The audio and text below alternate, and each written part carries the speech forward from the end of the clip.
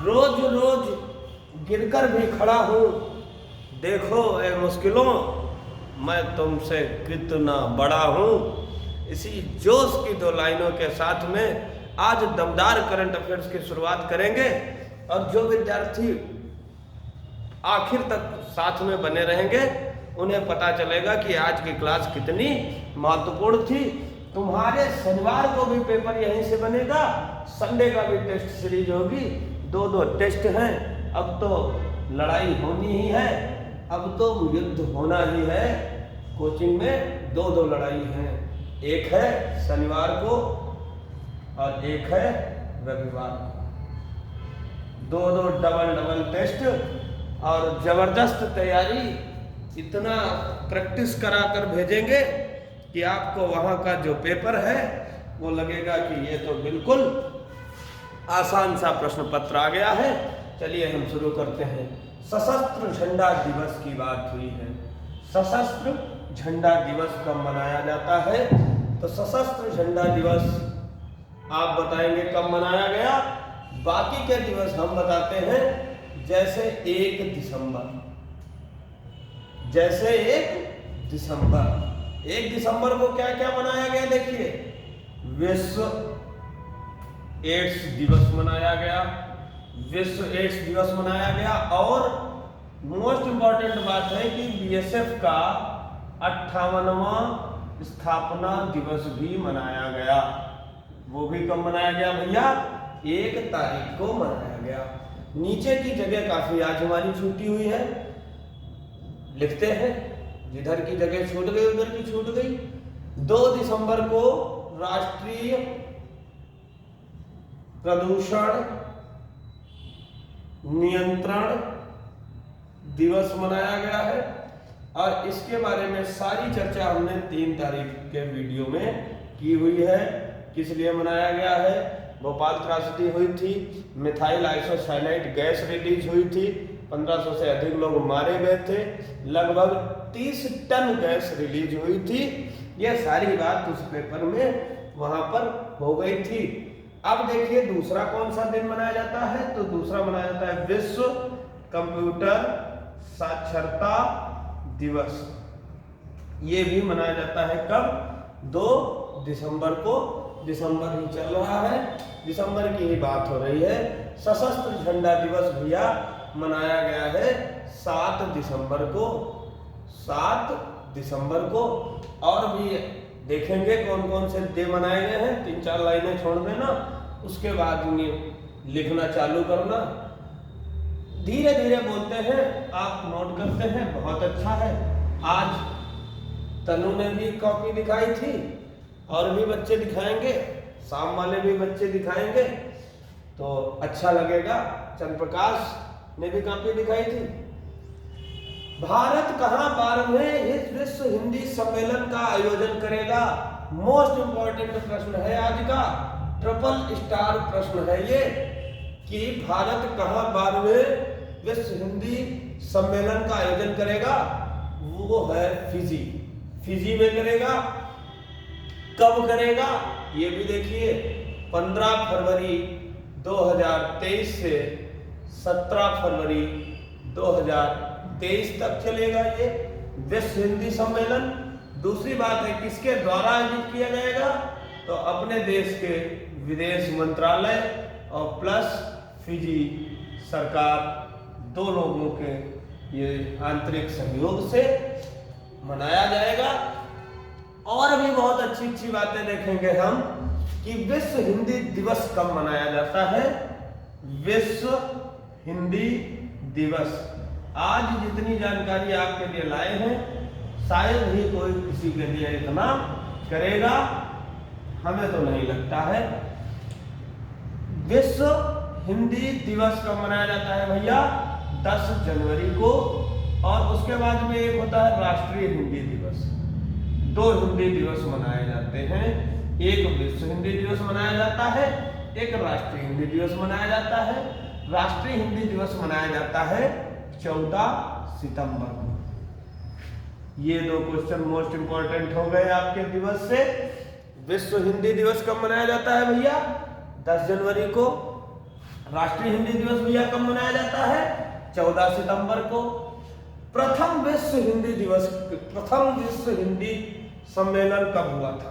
प्रथम विश्व हिंदी सम्मेलन, ये तो 12वां है, तो हम देखेंगे प्रथम विश्व हिंदी दिवस सम्मेलन कब हुआ था। प्रथम विश्व हिंदी दिवस सम्मेलन ये भैया कहाँ हुआ था और कब हुआ था? तो हम आपको बताते चलेंगे 10 जनवरी 1975 को नागपुर में हुआ था पहला विश्व हिंदी दिवस सम्मेलन। 11वां विश्व हिंदी सम्मेलन कहाँ हुआ है? ये तो 12वां है। अगर आपसे 11वां पूछ ले, 11वां विश्व हिंदी सम्मेलन, तो भैया 11वां विश्व हिंदी सम्मेलन कहाँ हुआ था? मॉरिशस में। मॉरिशस में। 10वां कहाँ हुआ था? अरे कितना बता दें, बताओ, 1 से लगाकर पूरे 12 तक बता दें क्या? फिर तो आप कहेंगे सर ये वीडियो तो बड़ा लंबी हो गई है, हमको पढ़ने में बहुत दिक्कत आ रही है। क्यों आ रही है दिक्कत? आप स्टूडेंट हैं, आप बड़े वीडियोस भी पढ़िए, अगर आपको जानकारी ना अच्छी लगे तो आप तुरंत इसको डिसलाइक मार के चले जाइए, हमें कोई दिक्कत नहीं है। हो गया ये बात। 11वां विश्व हिंदी दिवस सम्मेलन कहाँ हुआ था? मॉरिशस में हुआ था। 10वां, 9वां, 8वां, 7वां सब मालूम है। 10वां भोपाल में भारत में हुआ था। उस समय का ये बहुत ट्रेंडिंग क्वेश्चन था। ये बातें हमने बता दी आपको विश्व हिंदी सम्मेलन से। दिवस के बारे में हम जानेंगे। सबसे पहली बात तो ये है कि दिवस मनाए जाते हैं 3 प्रकार से। अच्छों को इसमें कंफ्यूजन हो जाता है भैया, तुम नोट कर लेना, बाकी लोग देखेंगे और जो सिर्फ देखेंगे उनको सिर्फ इतना ही याद रहेगा कि मैंने ये क्वेश्चन कहीं पढ़ा था, लेकिन जो नोट करेंगे वो सही क्वेश्चन का आंसर लगाकर आएंगे और बहुत खुश होंगे। आज भी दावत है, आज भी पार्टी में जाना है, लेकिन पूरी से जरूरी हमने तुम्हारे लिए करंट अफेयर्स समझा, इसका तुम वैल्यू दो। रसगुल्ला और गाजर का हलवा सब छोड़कर तुमको पढ़ा रहे हैं तो पढ़ लेना तुम। 3 तरीके के दिवस मनाए जाते हैं। एक होता है राष्ट्रीय दिवस, एक होता है विश्व और एक होता है अंतरराष्ट्रीय। तीनों में भैया अंतर होता है, एक ही जैसे नहीं होते हैं। राष्ट्रीय दिवस वहाँ होता है जो अपने देश में मनाया जाता है, जो सिर्फ अपने देश में, मतलब कि एक देश में जो दिवस मनाया जाता है उसे हम क्या कहते हैं? उसे हम कहते हैं राष्ट्रीय दिवस। पढ़ना तो पड़ेगा ही, आज नहीं पढ़ेंगे तो कल कहीं और किसी दूसरी चीज में मेहनत करेंगे, तो आज ही पढ़ लीजिए। वीडियो चाहे लंबा बने और चाहे छोटा बने, तुम्हें तो पढ़ना ही है। विश्व जो दिवस होते हैं, जो विश्व के दिवस मनाए जाते हैं जिनमें लिखा होता है विश्व, तो वो क्या होते हैं भैया? वो पूरे विश्व में मनाए जाते हैं। अब आप कहेंगे सर इधर भी विश्व है, इधर भी विश्व है, तो भैया दुनिया लिख लो।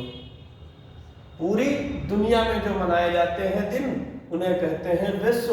अगर हम अंतरराष्ट्रीय दिवस की बात करें तो भैया जो 1 से अधिक देशों में मनाए जाते हैं, 1 से अधिक देशों में, लेकिन पूरे विश्व में नहीं, पूरे विश्व में नहीं, उनको कहते हैं अंतरराष्ट्रीय दिवस।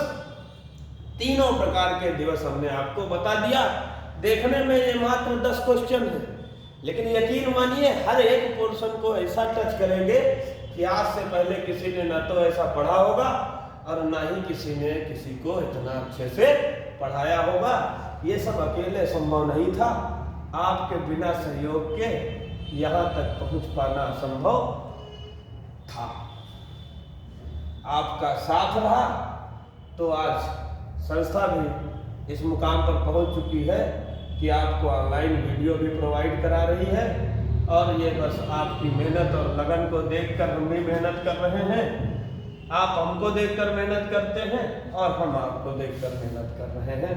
काफ़ी दूर दूर से हमारे यहाँ विद्यार्थी आते हैं, मैं ईश्वर से बस यही प्रार्थना करता हूँ कि अगर मुझसे कोई गलती हो जाए तो उसकी सज़ा मुझे ही देना, मेरे विद्यार्थियों को कोई सज़ा मत देना, क्योंकि एक दूसरे से जुड़े हुए हैं, तो इतना तो बनता है। कौन सा देश अंतरराष्ट्रीय श्रम संगठन, याद है ILO की एशिया और प्रशांत बैठक का मेजबान है? एशिया और प्रशांत दोनों के बैठक का मेजबान जो देश है उसका नाम है सिंगापुर। उसका क्या नाम है? सिंगापुर। रहने योग्य सबसे महंगा शहर कौन है? जरा छापो कमेंट बॉक्स में, मैं भी देखूं आपको कितना याद रहता है। सिंगापुर इसका मेजबान देश है। इसकी स्थापना भैया कब हुई थी? इसकी स्थापना हुई थी 1919 में, जब रॉलेट एक्ट आया था। अभी सीरियल में क्वेश्चन पूछा गया था कि रॉलेट एक्ट में कितने साल की सजा होती थी? तो रॉलेट एक्ट में 2 साल की सजा दी जाती थी। ना अपील, ना दलील, ना कोई वकील, सीधा अरेस्ट, सबके आधार पर अरेस्ट। इसीलिए इसको भारतीयों ने क्या कहा? काला कानून की संज्ञा दी, ब्लैक कानून। 1919 में। इसका मुख्यालय कहाँ है? इसका भैया मुख्यालय है जिनेवा, स्विट्जरलैंड में। जिनेवा, स्विट्जरलैंड में। बहुत अच्छे अच्छे प्रश्न आए हैं। आपको अगर पढ़कर मजा ना आए तो बताना, बशर्ते बस आप पढ़ने वाले होना चाहिए। पढ़ने वाले नहीं हैं तो वीडियो का ड्यूरेशन देखकर भाग जाएंगे। पढ़ना तो पड़ेगा, आज नहीं तो कल। मेहनत तो करोगे मित्र, कोई नहीं बचा है इससे, तो हम और आप कैसे बचेंगे? योगेंद्र अलख जी का निधन हो गया। योगेंद्र अलख जी का निधन हो गया। इनका नाम योगिंदर भी लोग कह देते हैं। अगर कहीं पर आपको योगिंदर लिखा हुआ मिले तो टेंशन नहीं लेना। ये भैया कौन थे? ये थे अर्थशास्त्री। ये भैया कौन थे? ये थे अर्थशास्त्री। और इनका कितनी वर्ष की आयु में निधन हुआ भैया? 83 वर्ष की आयु में इनका निधन हो गया। और कहाँ हुआ? इनका निधन इन्हीं के घर पर अहमदाबाद में हुआ। इतनी जानकारी इनके बारे में ले लीजिए। योगेंद्र अलख जी का निधन हो गया। कौन थे? केंद्रीय मंत्री भी रह चुके हैं। 83 वर्ष की आयु में अहमदाबाद में इनका निधन हो गया। क्या किया जा सकता है? ऊपर वाले की मर्जी के आगे किसी का वश नहीं चला है। परम सत्य है। एक शमशान में लिखा था कि मंजिल तो तेरी यही थी, फालतू में इतनी देर लगा दी, इतना सफर तय किया, लेकिन मंजिल तो यही थी दोस्त। ड्रोन प्रशिक्षण सम्मेलन का उद्घाटन किसने किया? कहाँ किया? किसने किया? सारी बात बताऊंगा। तो किसने किया? तो भैया किया अनुराग ठाकुर ने। कहाँ किया? तो किया चेन्नई में। दोनों बातें आपके सामने लिखी हैं। 2 मिनट लगेगा, नोट कर लो। और कल सुबह एक बार इनको पढ़ के आना। बिल्कुल निश्चित है आपका सिलेक्शन इस बार हो के रहेगा। जो मेरी वीडियो पूरी देख रहा है, बस मैं ईश्वर से प्रार्थना कर रहा हूँ कि उसका सिलेक्शन जरूर करवा देना। ड्रोन प्रशिक्षण सम्मेलन का उद्घाटन किसने किया है? अनुराग ठाकुर जी ने। कौन से मंत्री हैं? बताना है आपको कमेंट बॉक्स में। और आंसर लिख लिया है तो क्वेश्चन अगला नोट कर लो। 2022 में गूगल पर सबसे ज्यादा सर्च किए जाने वाला विषय कौन है? 2022 में गूगल पर सबसे ज्यादा सर्च किए जाने वाला विषय कौन है? इतनी तेज मेरी आवाज रहेगी कि तुम्हें बाहर के हार्न सुनाई नहीं देंगे। तुम बिल्कुल चिंता मत करो। जब तक हम हैं तब तक किसी प्रकार की चिंता मत करो। करंट अफेयर्स का तो पूरा पोस्टमार्टम कर देंगे। 2022 में गूगल पर सबसे ज्यादा सर्च किए जाने वाला विषय कौन है? IPL। लगातार तीसरे साल यही बना हुआ है टॉप पर। सबसे ज्यादा सर्च किया गया है। इसके बाद ये फर्स्ट नंबर पर सर्च किया गया है, SEARCH, सर्च किया जाने वाला सबसे ज्यादा। गूगल को कौन नहीं जानता, टेस्ट में तो अब ऑनलाइन होता है इसलिए गूगल फेल हो जाता है। सेकंड पर कौन खोजा गया, सेकंड पर खोजा गया कोविन, ये तो कोरोना से संबंधित था। इसके बाद फीफा वर्ल्ड कप और एशिया कप को भी सर्च किया गया, एशिया कप को भी सर्च किया गया। क्लियर हो गया। अब देखिए और बातें बताएंगे। व्हाट इज का जो इंजन है, व्हाट इज लगाकर लोगों ने क्या सर्च किया, तो ये सर्च किया भैया व्हाट इज अग्निपथ।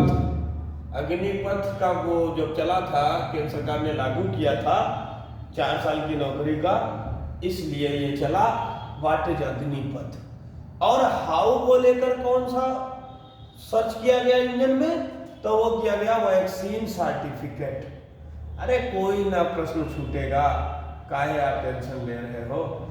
कल बताया था हमने कि रॉयल गोल्ड ATM कहाँ लगाया जाएगा और कितने प्रकार का लगाया जाए। अगर पढ़े हो तो लगाओ कमेंट बॉक्स में आंसर, तब हम भी जान लें। ऐसे तो सब शेर बनते हैं। हाउ के सर्च इंजन में कौन सा सर्च हुआ है, वैक्सीन सर्टिफिकेट। अब तुम्हें हम मूवीज बताते हैं जो हम आए दिन आप लोगों के स्टेटस पर देखते रहते हैं कि कहाँ है भैया, तो फन मॉल में है सीधे। अब हमारे लखीमपुर में PVR बन गया है फन, अब बाहर जाने की भी जरूरत नहीं है। ओवरब्रिज भी है, बड़ी लाइन भी है, कहीं से भी तुम आओ, तुम विशाल GS में सेंटर में आराम से ज्वाइन कर सकते हो। बदायूं से भी लोग आए हुए हैं, बदायूं, पीलीभीत और गोला, जितने भी हैं आसपास के क्षेत्र, कस्ता, मितौली, बेहजम, ओयल, हर जगह से लोग पहुंच चुके हैं। मूवी सबसे ज्यादा कौन सी सर्च की गई, तो मूवी थी ब्रह्मास्त्र। सबसे ज्यादा सर्च की जाने वाली मूवी है ब्रह्मास्त्र पार्ट 1। ठीक है, और क्या नाम है इसका, शिवा। ये है पहले नंबर पर। दूसरे नंबर पर कौन सी मूवी सर्च की गई, KGF चैप्टर 2। और अगर तीसरे नंबर की बात करें तो ये मूवी थी कश्मीर द फाइल्स।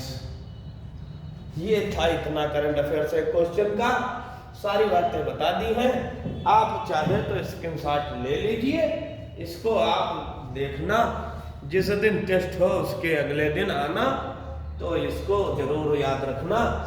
एक बार रिवाइज करा देते हैं, साथ ही साथ बोलना सबसे ज्यादा कौन सा सर्च किया गया इंजन में, IPL। सेकंड नंबर पर कोविन, व्हाट इज में अग्निपथ, उसके बाद मूवीज में ब्रह्मास्त्र, और सेकंड नंबर पे KGF, तीसरे नंबर पर कश्मीर, फीफा वर्ल्ड कप और एशिया कप को भी सर्च किया गया।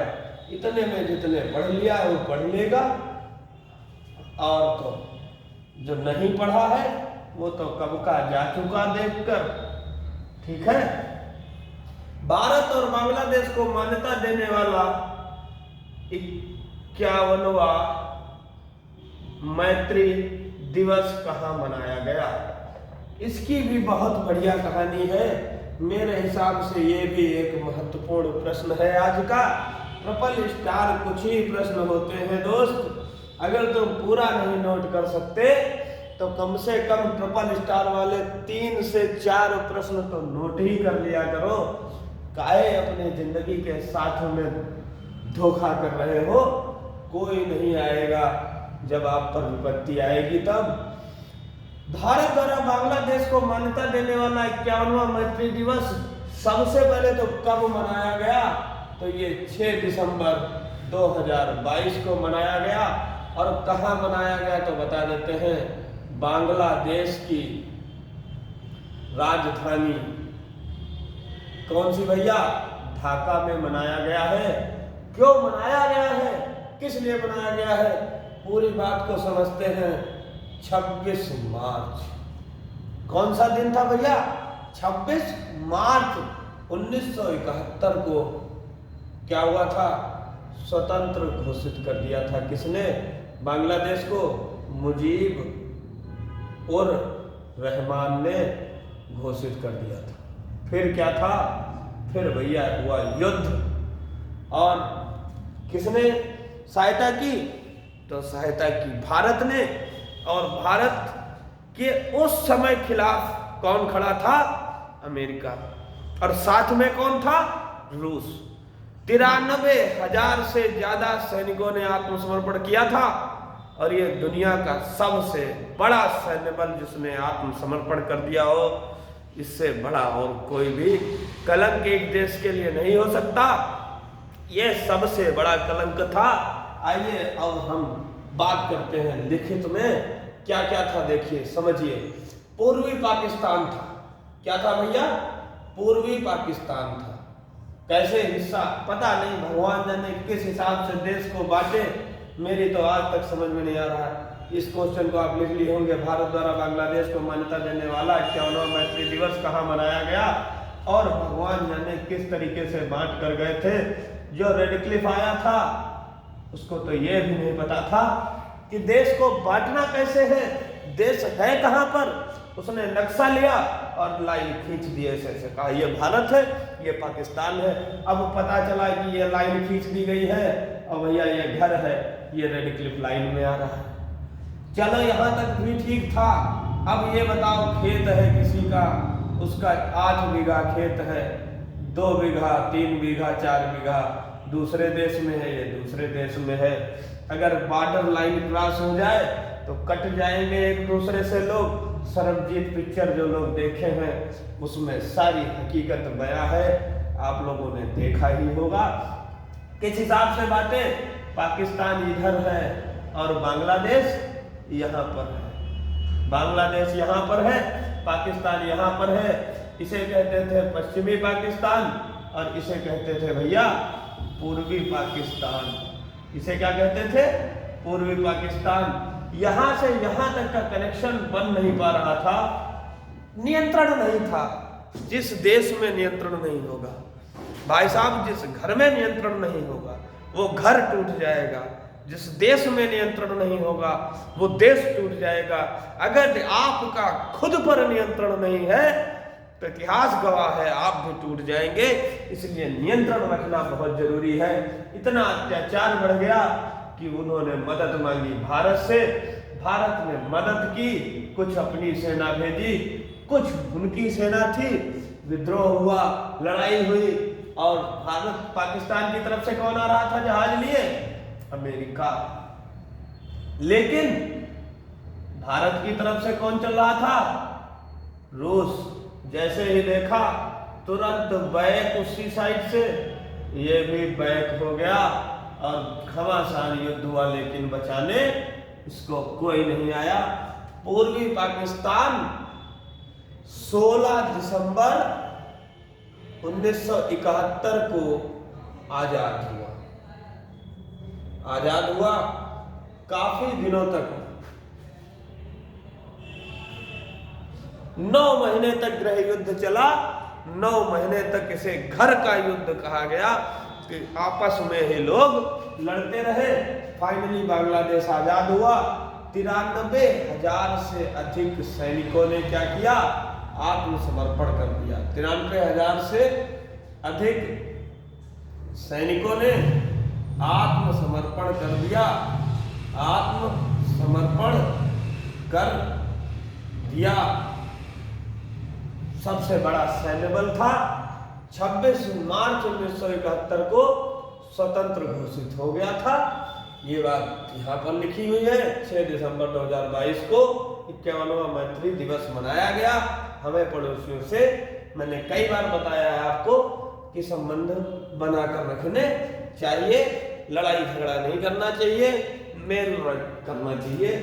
अभी आप लोग नोट कर लीजिए, फिर हम अगले क्वेश्चन का ऑपरेशन करेंगे।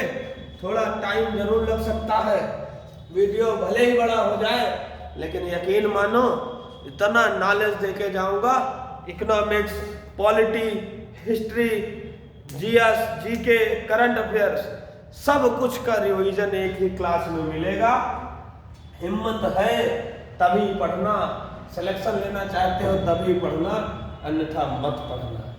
हर चीज को मैं बताऊंगा, यहां तक नोट कर लिया होगा लोगों ने, अच्छे से लिखा करो हमारे साथी।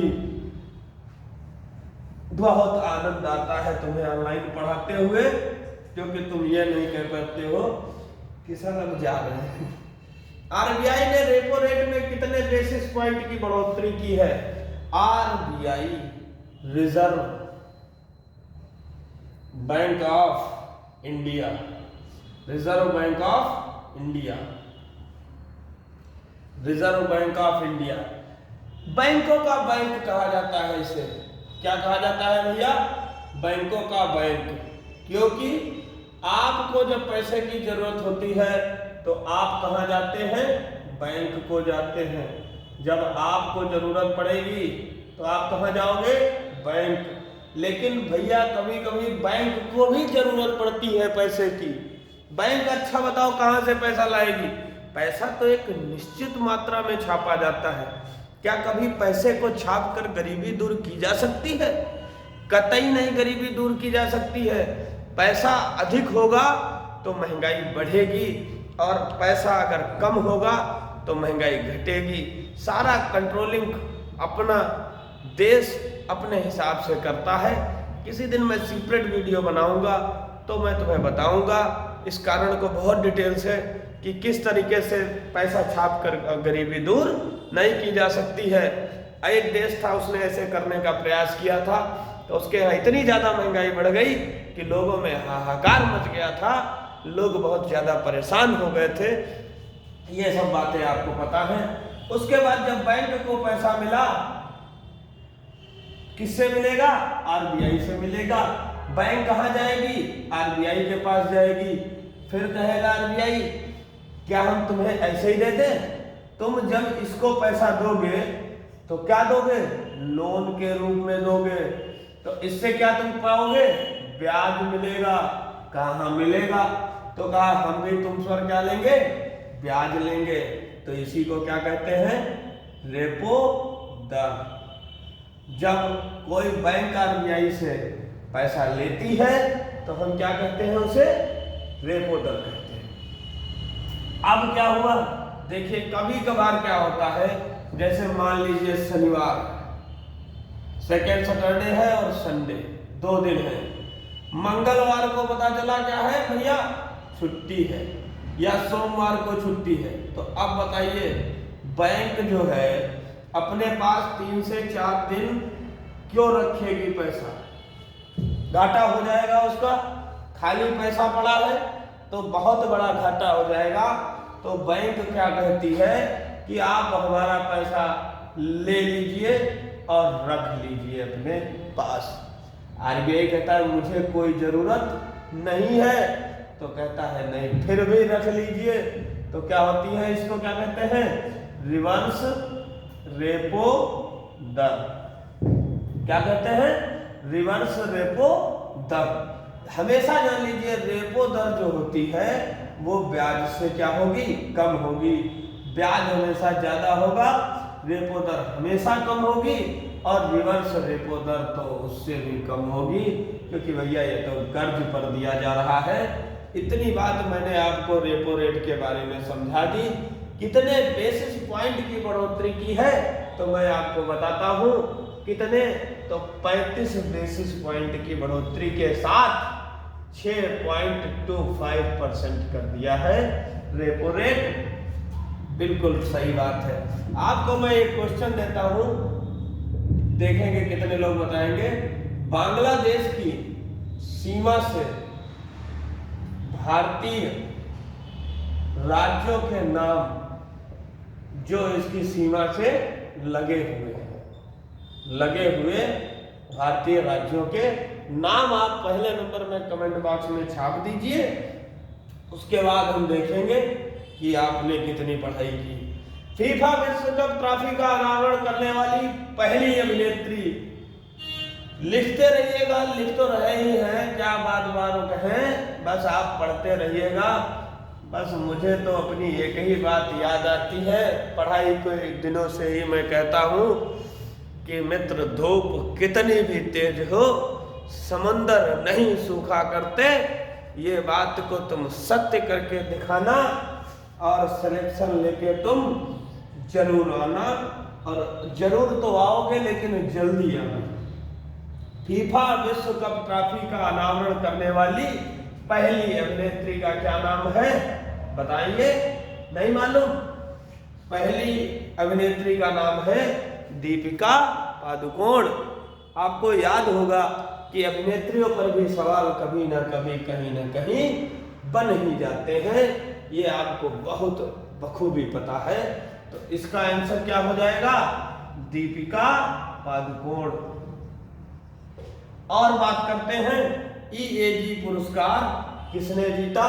तो ये जीता है BOB ने, जिसे कहा जाता है बैंक ऑफ बड़ौदा। मैं इस पर भी बहुत डिटेल से वीडियो बनाना चाहता था। EAG पुरस्कार क्या होता है, फुल फॉर्म क्या होता है, कैसे इसने पुरस्कार जीता, लेकिन दोस्त वीडियो बहुत लंबा हो जाएगा। तुम भी कहोगे सर जी कहाँ फंसा दिए आप, बढ़िया मस्ती से घूम टहल रहे थे और ये एक आदत लग गई वीडियो देखने वाली।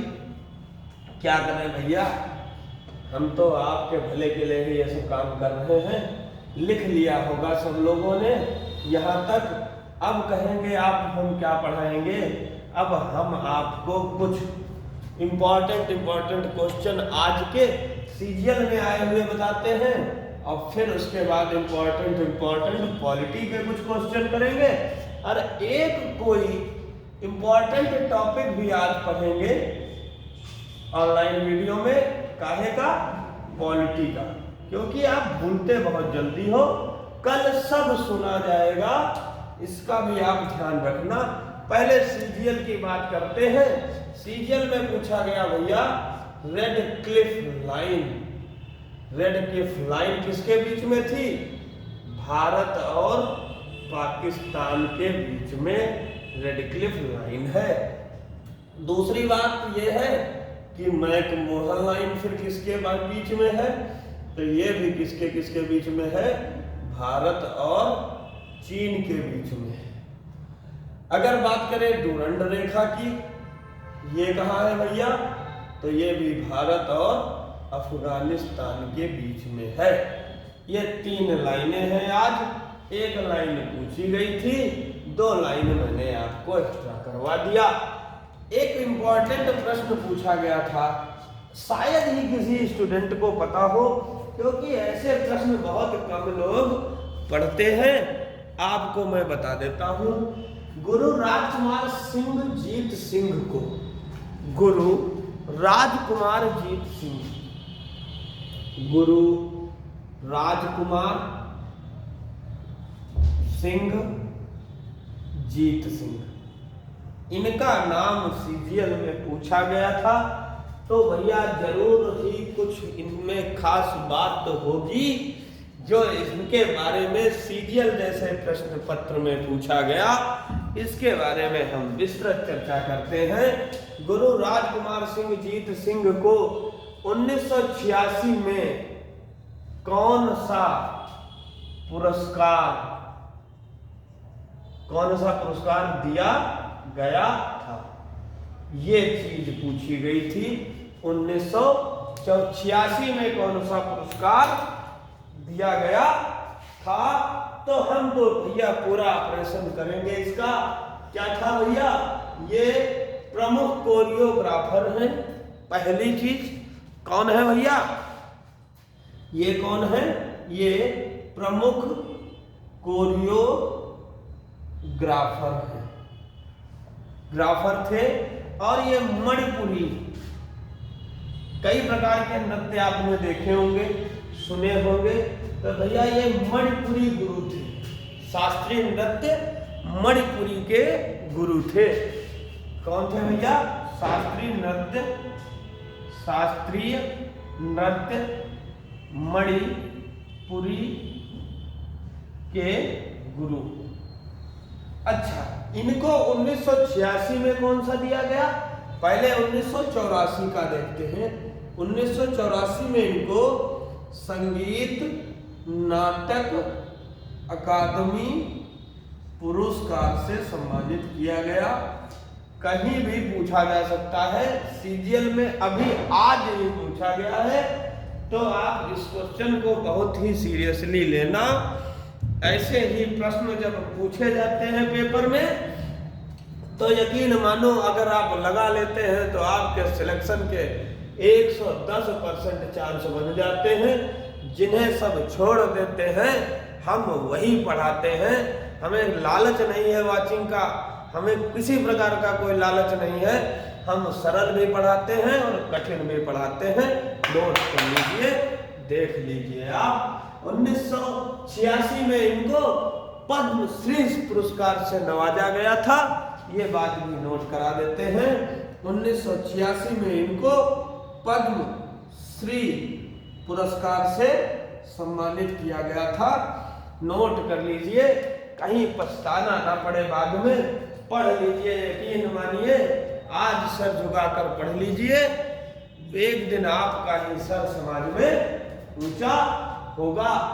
एक और नृत्यांगना है, उनके बारे में भी हम बात करेंगे, उनसे आप परिचित होंगे। इतना नोट हो गया हो तो अब हम मिटाते हैं और उसके बाद हम पढ़ेंगे अन्य क्वेश्चन। जैसे सितारा देवी के बारे में बात करते हैं। सितारा देवी का भी बहुत नाम है और सितारा देवी के बारे में अक्सर क्वेश्चन पूछे जाते हैं, इसमें कोई भी दो राय नहीं है। जो लोग प्रैक्टिस से हल करते होंगे या ऑनलाइन टेस्ट सीरीज ज्वाइन किए हैं, कहीं भी दे रहे हैं, उनको ये सारे प्रश्न देखने को जरूर मिलते होंगे। इनके बारे में पूछा था कि 1973 में इन्होंने कौन सा पुरस्कार जीता। जरा मैं क्वेश्चन से रूबरू करा देता हूँ।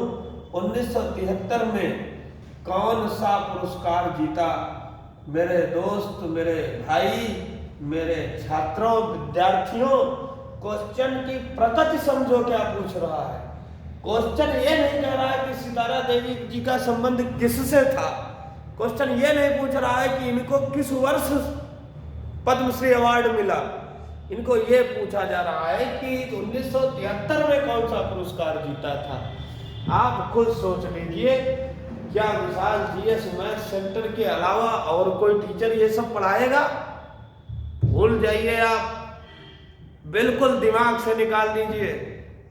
सारी इंपॉर्टेंट बातें मैं लास्ट में क्यों बताता हूं मेरे भाई, जो इस लायक है, जो इसके योग्य है, सिर्फ वही पढ़े। जो 5-10 मिनट में चला गया है वो बहुत जल्दी हर जगह से आउट हो जाएगा। तुम इसकी चिंता मत करो, अभी तो वो बहुत खुश है। आगे की लाइफ में देखना आप वो कितना खुश रहता है और आप कितना खुश होते हो। 1973 में कौन सा पुरस्कार जीता, ये तो बात अलग ही है। मैं तो पूरा ही ऑपरेशन करूंगा। सबसे बड़ी बात यह है कि ये कथक नृत्यांगना थी। कथक नृत्यांगना थी। कौन थी भैया? ये कथक नृत्यांगना थी सितारा देवी जी। और संगीत नाट्य अकादमी पुरस्कार भी इनको दिया गया। संगीत नाट्य अकादमी पुरस्कार ये कब दिया गया? ये दिया गया 1969 में।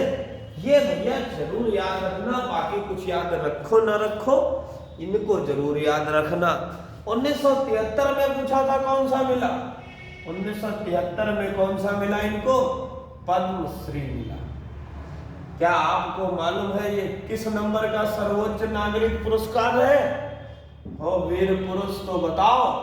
और गर्ल्स में जो भी जवाब देगा समझिए कि आपका बेड़ा पार है, कोई रोक नहीं सकता आपको। लगातार चंद्रप्रकाश जी, आज चंद्रप्रकाश जी का जन्मदिन है। मैं अपने ऑनलाइन यूट्यूब चैनल के माध्यम से तुम्हें करोड़ों नहीं, अरबों, खरबों, असंख्य शुभकामनाएं देता हूं कि बस यही बर्थडे तुम्हारा बिना सिलेक्शन वाला है। अगला बर्थडे तुम सिलेक्शन लेके मनाओगे तब तुम मुझे भी पार्टी दोगे। मैं सुबह से कुछ नहीं खाऊंगा। आज भी देखो, मैं अभी कार्ड दिखाऊंगा तुम्हें, आज भी मैंने सुबह से कुछ नहीं खाया है क्योंकि आज भी मेरी दावत है। अब इसे तुम चाहे जो समझो, ये तो तुम्हारी समझ पर है। हो गया? ये तो लिख गया होगा, काफी देर का लिखा हुआ है। पढ़ते रहना मित्र, टाइम से मत घबराना, एक भी मिनट आपका फालतू नहीं जाने दूंगा। आगे बात करते हैं तो अगले करंट अफेयर्स के क्वेश्चन में था कि भूमि पुत्र पोर्टल किस राज्य ने लॉन्च किया है। गौर करिएगा, भूमि पुत्र पोर्टल किस राज्य ने लॉन्च किया है, तो इसे लॉन्च किया था असम के मुख्यमंत्री हेमंत बिस्वा शर्मा जी ने। हेमंत बिस्वा शर्मा जी ने असम में लॉन्च किया था। और इसका मतलब क्या होता है, इसका मतलब भी समझो। इसका मतलब है कि डिजिटल जाति प्रमाण पत्र की उपलब्धता होगी, डिजिटल जाति प्रमाण पत्र दिए जाएंगे। ये क्वेश्चन पूछा गया था, तुम भैया याद रखना। और एक क्वेश्चन की बात करता हूं मैं, बस आप पढ़ते जाइए, कोई नहीं रोकने वाला है आपको। और एक क्वेश्चन की बात करते हैं, विश्व भारती विश्वविद्यालय, विश्व भारती विश्वविद्यालय, यहां तक अगर पढ़ लिए तो लाइफ एकदम मस्त हो जाएगी, ऐसा मेरा भी विश्वास नहीं है, सभी पढ़ने वाले विद्यार्थियों का विश्वास है। विश्व भारती विश्वविद्यालय की स्थापना किसने की थी, यही क्वेश्चन पूछा गया था। विश्व भारती विश्वविद्यालय की स्थापना किसने की थी। ठंडक है, बढ़िया रजाई में ओढ़कर हेडफोन लगाकर चुपचाप पढ़ते रहिए। कोई पूछे तो कह देना कि सर की क्लास चल रही है। 1921 में, कब, सारी पूरी बात समझिए, कहीं भी कुछ भी पूछा जा सकता है। जब इसमें पूछा गया है तो 1921 में रविंद्रनाथ टैगोर ने पश्चिम बंगाल में, 1921 में रविंद्रनाथ टैगोर ने, कहा तो भैया, पश्चिम बंगाल में। क्वेश्चन ऐसे है कि आप छोड़ के जा नहीं पाओगे। 1921 में रविंद्रनाथ टैगोर नहीं थे, सॉरी ठाकुर थे, याद आ गया। पश्चिम बंगाल में रविंद्रनाथ ठाकुर ने, पश्चिम बंगाल में शांति निकेतन में, नगर में इसकी स्थापना की थी, नगर में स्थापना की। ये भी प्रश्न पूछा गया था। और मैं एक और क्वेश्चन बताता हूं आपको, भले ही वीडियो लंबा क्यों ना हो जाए, आज मैं पूरा पढ़ा कर ही मानूंगा। देखते हैं, 1921 में पश्चिम बंगाल में शांति निकेतन में स्थापना की। भारतीय संविधान के अनुसार, बहुत अच्छा प्रश्न था, भारतीय संविधान के अनुसार। मन तो मेरा करता है ये होमवर्क में दे दूं, लेकिन आज मुझे इसको पूरा पढ़ाना है। भारतीय संविधान के अनुसार कार्यपालिका का प्रमुख कौन होता है, और उसी के बारे में पूरी चर्चा होगी। भारतीय संविधान के अनुसार कार्यपालिका का प्रमुख कौन होता है, तो ये कौन है भैया, होता है इसका राष्ट्रपति। और मैं आपको राष्ट्रपति के बारे में पूरी चर्चा करने के बाद लगभग 1 से 2-3 प्रश्न और कराऊंगा, जो कि वो भी बहुत इंपॉर्टेंट है। यहाँ तक आपने नोट कर लिया है, फिर आगे देखते हैं। अगर ये तुम नोट नहीं भी करोगे, अगर ये तुमने देख भी लिया, तो तुम्हारी याद में बना रहेगा। बात करते हैं हम राष्ट्रपति की। और क्या गजब की हमने ट्रिक दी है, क्या गजब की बच्चों ने याद की है, ये तो बस हमें और उनको पता है। प का नी को का दुयो दशम। इसके बाद भी कुछ महत्वपूर्ण प्रश्न हैं, वो भी देखेंगे, धीरे धीरे करके देखेंगे। धैर्य के साथ अगर साथ में बने रहे तो मंजिल ज्यादा दूर नहीं है।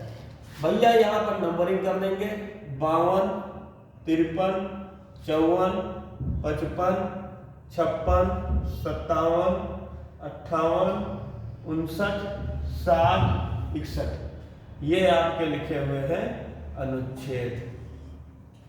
51 में क्या है? 51 में भैया अंतरराष्ट्रीय शांति है, उसको आप भंग नहीं कर सकते।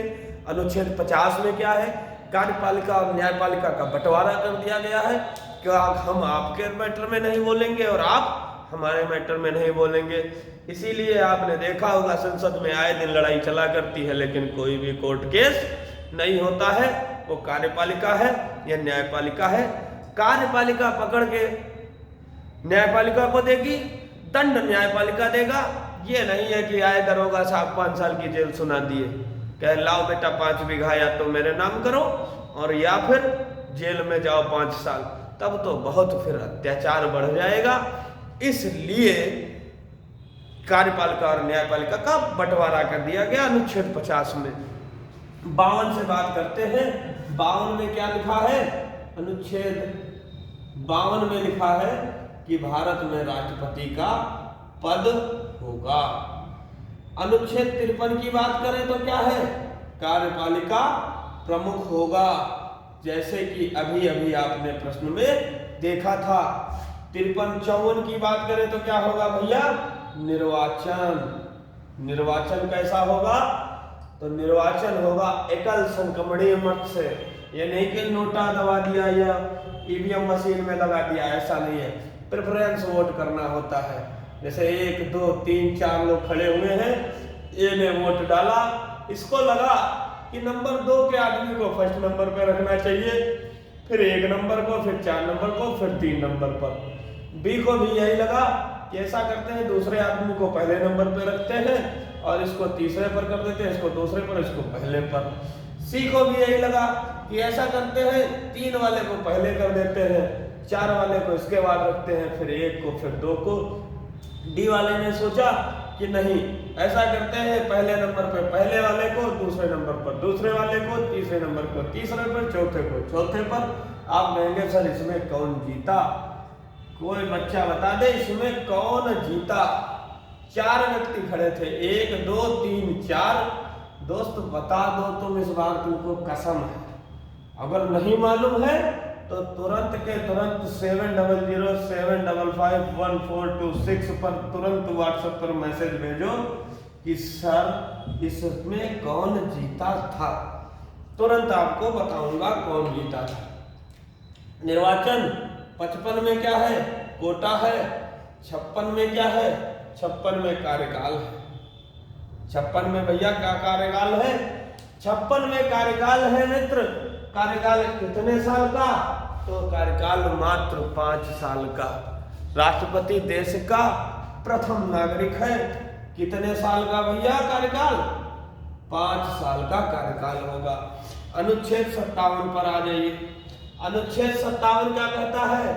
दोबारा निर्वाचन हो सकता है। आप कहेंगे सर बिल्कुल हो सकता है। कौन था राष्ट्रपति भारत का जो दोबारा निर्वाचित हुआ?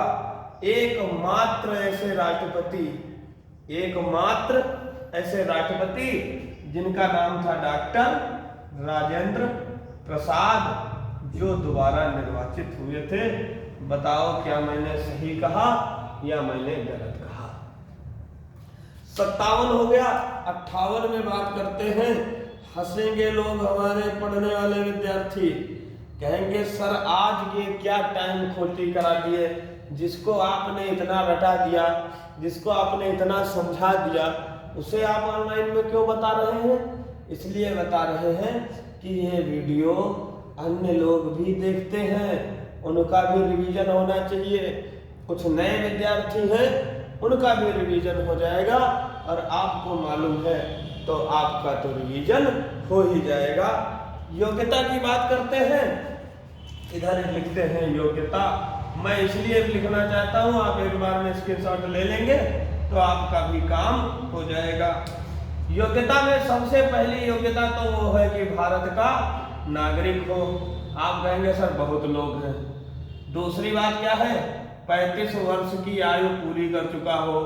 आप कहेंगे सर बहुत लोग हैं जो 35 वर्ष की आयु पूरी कर चुके हैं, तो क्या सब राष्ट्रपति का चुनाव लड़ने लगेंगे? गवर्नमेंट ने एक शर्त ऐसी रखी कि उसे बहुत कम लोग ही सेटिस्फाई होंगे।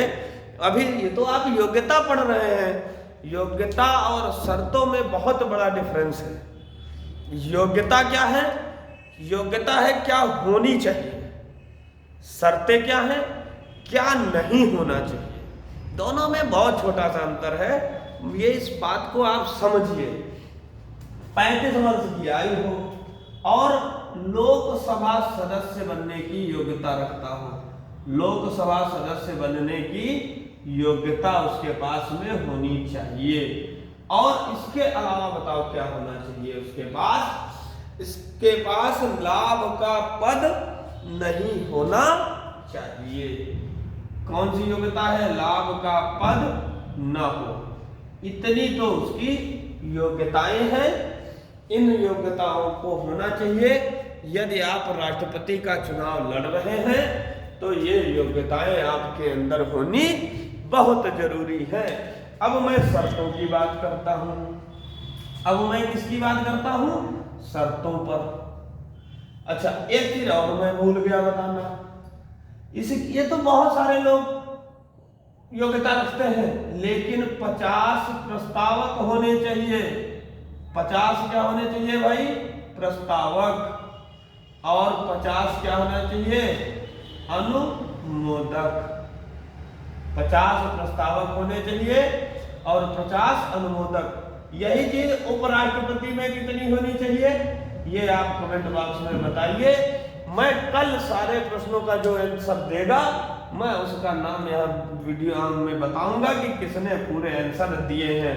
50 प्रस्तावक जो होंगे वो 50 अनुमोदक नहीं बन सकते, और जो 50 अनुमोदक होंगे वो प्रस्तावक नहीं बन सकते। ये दोनों बातें आप याद रखना। अनुमोदक अलग होने चाहिए, जो साइन करेंगे, कहेंगे हाँ ये ठीक है। प्रस्तावक तो प्रस्ताव पारित ही करेंगे 50 लोगों में। अब हम देखते हैं अनुच्छेद कौन सा पहुंच गए हैं? दशाएं। दशाएं, दशाएं क्या है? दशाएं भैया नहीं होनी चाहिए। दशाएं नहीं होनी चाहिए। क्या क्या नहीं होना चाहिए? सबसे पहले तो 15,000 रुपए की जमानत राशि जमा करो। कितने प्रतिशत मत मिलते हैं? अगर उससे कम मिले तो जमानत राशि जब्त हो जाती है। आ जाओ, अगर होमवर्क हमारा बहुत है तो CW भी हमारा बहुत है। क्लास वर्क ये रहा बोर्ड पर, होमवर्क आपके कमेंट बॉक्स में। वो कॉपी है ना, इसमें आपका कोई पेन कॉपी खर्च हो रहा है, ना कमेंट बॉक्स में कोई पेन कॉपी खर्च हो रहा है। बस देखते जाइए। 15,000 की क्या होनी चाहिए भैया? जमानत राशि होनी चाहिए। क्या होना चाहिए बताओ? इसमें क्या है, इसमें क्या नहीं होना चाहिए? तो भैया पागल नहीं होना चाहिए। अगर राष्ट्रपति ही पागल होगा तो देश कैसे काम करेगा? राष्ट्रपति का देश में बहुत अहम योगदान है। प्रथम नागरिक कहा जाता है भैया।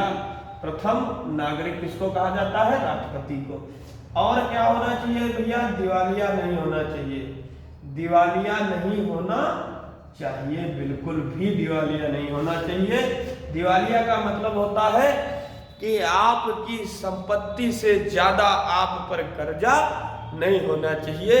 मित्र, कम भले खाओ लेकिन कभी भी कर्जा मत लो। सुखी जीवन का यही बहुत बड़ा आसान। आजकल लोग मोबाइल लोन पर ले लेते हैं, नहीं करिए ऐसा। यदि देखिए, आपको मैं बहुत अच्छी सीख दे रहा हूँ, अपने अनुभव से दिया है। कोई किताब की बात नहीं है, किसी दीवार पर लिखी हुई बात नहीं है। और साइड में हो जाता हूँ ताकि आप इसमें नोट जो लोग कर रहे हैं उनको भी दिक्कत ना हो। भाई साहब, जीवन में आप जान लीजिए कि जो चीज़ें आपको कड़वी लगती है वही आपको आगे चलकर मीठी लगेंगी। बस अभी आपको दवाई कितनी कड़वी लगती है, तबीयत खराब होती है, दवाई पीने में बहुत हालत खराब है, इंजेक्शन चुभता है, कितना दर्द होता है, जब लगेगा तो लगेगा प्राण निकल गए, लेकिन जैसे ही उसने अपना असर किया आपकी तबीयत सब ठीक हो जाएगी। ठीक उसी प्रकार से ये शिक्षा भी है। अभी पढ़ लो, क्या करोगे यार, फेसबुक और इंस्टाग्राम यही सब चलाओगे, यूट्यूब पर भी रीलें देखने लगे हो, फेसबुक पर भी रील आ गई, अब तो रील है, चाहे जहाँ फेंको। अगर किसी का स्टेटस भी चेक कर लो तो भाई साहब उसमें 40 स्टेटस लगे हुए हैं। कोई किसी के याद में पागल है, कोई किसी की याद में पागल है। पागल किसी की कोई याद में नहीं है, बस स्टेटस लगाकर खाली दूसरे को डिस्टर्ब कर रहे हैं।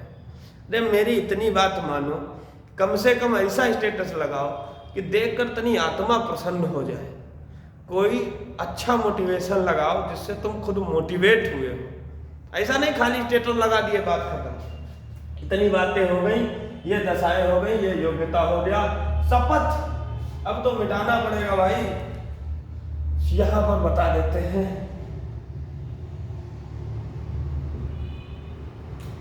अनुच्छेद 60 पर पहुंच गए हैं। अनुच्छेद 60 क्या कहता है? राष्ट्रपति को क्या लेनी होगी? शपथ लेनी होगी। कौन शपथ दिलाएगा? कौन शपथ दिलाएगा भैया? सुप्रीम कोर्ट का मुख्य न्यायाधीश, मुख्य न्यायाधीश CJI, chief justice of India, इन्हीं के गाड़ी पर लिखा होता है। ये जहां बैठ जाएंगे वही कोर्ट बन जाएगा। सुप्रीम कोर्ट के मुख्य न्यायाधीश शपथ दिलाते हैं, और अगर वो नहीं है तो वरिष्ठ जज भी दिला सकते हैं। जब सुप्रीम कोर्ट बना था तब जजों की संख्या कितनी थी? वो CJI तो एक रहेंगे, अन्य जज कितने थे? अभी प्रेजेंट टाइम में कितने हैं? सूरज, करो कमेंट बॉक्स में आंसर, तुम सुन रहे हो, और सब लोग जितने लोग भी सुन रहे हैं लगाओ दम। शपथ हो गया। महाभियोग कब लगेगा? महाभियोग को पढ़ लेते हैं। बहुत परेशान हो गए होंगे पढ़ते पढ़ते, हम नहीं परेशान हुए हैं पढ़ाते पढ़ाते। महाभियोग कब होगा? जब हमारे देश का राष्ट्रपति विदेशी राष्ट्र के संपर्क में आ जाएगा। क्या हो जाएगा? विदेशी राष्ट्र के संपर्क में। अरे संपर्क का ये मतलब नहीं है कि दोस्ती में अहित करने लगेगा, इतना उसको लगाव हो जाएगा कि अपने देश से लगाव उसका खत्म हो जाएगा, उस देश के बारे में सोचने लगेगा, तो तुरंत उस पर महाभियोग लगा दिया जाएगा। दूसरी बात क्या है भैया? संविधान। भारत के संविधान से बढ़कर कोई नहीं है। संविधान का अगर अतिक्रमण कर दिया, अगर कह दिया कि हम इस अनुच्छेद को नहीं मानेंगे, तो राष्ट्रपति पर महाभियोग लगा दिया जाएगा। महाभियोग किसी भी सदन से लगाया जा सकता है, बशर्ते उसमें 1/4 लोगों के हस्ताक्षर होने चाहिए, तब राष्ट्रपति पर महाभियोग लगेगा नहीं। राष्ट्रपति को सूचना दी जाएगी, 14 दिन के अंदर सूचना देनी होती है, राष्ट्रपति स्वीकार करेगा, उसके बाद में वो अपनी तैयारी करेगा, हमें बचाव पक्ष में क्या कहना है, और इसके बाद में हर एक सदन से 2/3 बहुमत से अगर पारित हो जाता है प्रस्ताव, तभी राष्ट्रपति पर महाभियोग लगेगा। अन्यथा भैया ऐसे खेल खेल में राष्ट्रपति पर महाभियोग नहीं लगाया जा सकता है। आज तक किसी भी राष्ट्रपति पर किसी प्रकार का कोई महाभियोग नहीं लगाया गया है, लेकिन संविधान में यह व्यवस्था होनी चाहिए थी, अन्यथा एक ही आदमी अपने आप को ईश्वर मान बैठेगा। इस वजह से सबसे ऊपर भारतीय संविधान है, सबसे ऊपर भारतीय संविधान है। अब आप लोग स्क्रीनशॉट ले लीजिए जिन्होंने नहीं नोट किया है, और जिन्होंने नोट किया है वो तो नोट कर ही लिए हैं। अब बहुत ज़्यादा समय खराब न करते हुए मैं आपको कुछ 2-4 प्रश्न और कराता हूं, जो पेपर में सीधा सीधा छप सकते हैं। पढ़ाते पढ़ाते नहीं थकेंगे, आप पढ़ते पढ़ते थक जाओगे। 1 दिसंबर अभी बताए थे, 2 दिसंबर अभी बताए थे, 3 दिसंबर को बताना है। 3 दिसंबर को विकलांग व्यक्तियों का अंतर्राष्ट्रीय दिवस है। क्लियर हो गया। अब देखिए 4 दिसंबर को क्या है? भारतीय नौसेना दिवस है, सबको मालूम है, भारतीय नौसेना दिवस। और देखिए 5 दिसंबर को क्या है? विश्व मृदा दिवस। क्या है भैया? विश्व मृदा दिवस। 6 दिसंबर को भी याद रखिएगा, अभी हम बता रहे थे संविधान के बारे में। संविधान के जनक कहा जाता है, संविधान के निर्माता कहा जाता है। हिंदू महार जाति में जन्म हुआ भीमराव अम्बेडकर जी का, और उसे लोग अछूत जाति को मानते थे। कहीं सम्मान नहीं मिलता था, क्लास से बाहर निकाल दिए जाते थे, तब भी पढ़ते थे। और इतना बड़ा कार्य उन्होंने कर दिया अपने जीवन में कि आज हम सब लोग याद रखते हैं। 6 दिसंबर को मुझे भी एक हमारे बहुत शहर के मतलब सबसे अच्छे महाविद्यालय युवराज दत्त महाविद्यालय में हम गए, हमें बुलाया गया, हमें बहुत अच्छा लगा। एबीवीपी की टीम ने मुझे जो भी सम्मान दिया, मैं उसका हृदय तल से जीवन भर आभारी रहूँगा। अगर कोई छात्र या पदाधिकारी हमारी वीडियो को देख रहा हो तो मेरा हाथ जोड़कर आपको बहुत बहुत धन्यवाद है। आपने हमको इतना सम्मान दिया, इसके लिए मैं बहुत बहुत आपका आभारी रहूँगा। 6 दिसंबर को डॉक्टर भीमराव अंबेडकर जी की पुण्यतिथि है। अब खास बात यह है कि वो चौथे नंबर की है, तो ये 66वीं पुण्यतिथि है, 66वीं पुण्यतिथि है। ये इतनी बात हो गई आपको, बिल्कुल सही जवाब है। सशस्त्र झंडा दिवस भी, सशस्त्र झंडा दिवस भी मनाया गया भैया, 7 दिसंबर को मनाया गया सशस्त्र झंडा दिवस। किस लिए मनाया गया? ये रक्षा मंत्रालय के द्वारा मनाया जाता है। रक्षा मंत्रालय के द्वारा मनाया जाता है। किस लिए मनाया जाता है? सैनिकों के सम्मान में, सैनिकों के सम्मान में ये दिन मनाया जाता है। 2 प्रश्न और रुक जाओ, 2 प्रश्न और पढ़ लो, बस उसके बाद में हम तुम्हारी छुट्टी कर देंगे। वीडियो छोटा बना हो बड़ा बना हो, पूरा देख लोगे, तुम्हारा भैया कल्याण हो जाएगा। इस जीवन में पढ़ाई की पढ़ाई है, जितनी कर लोगे उतना ही समाज में इज्जत मिलेगी, उतना ही आप अच्छे इंसान कहे जाओगे। एक क्वेश्चन ये पूछा गया था कि CBSE की अध्यक्ष कौन है? CBSE की अध्यक्ष कौन है?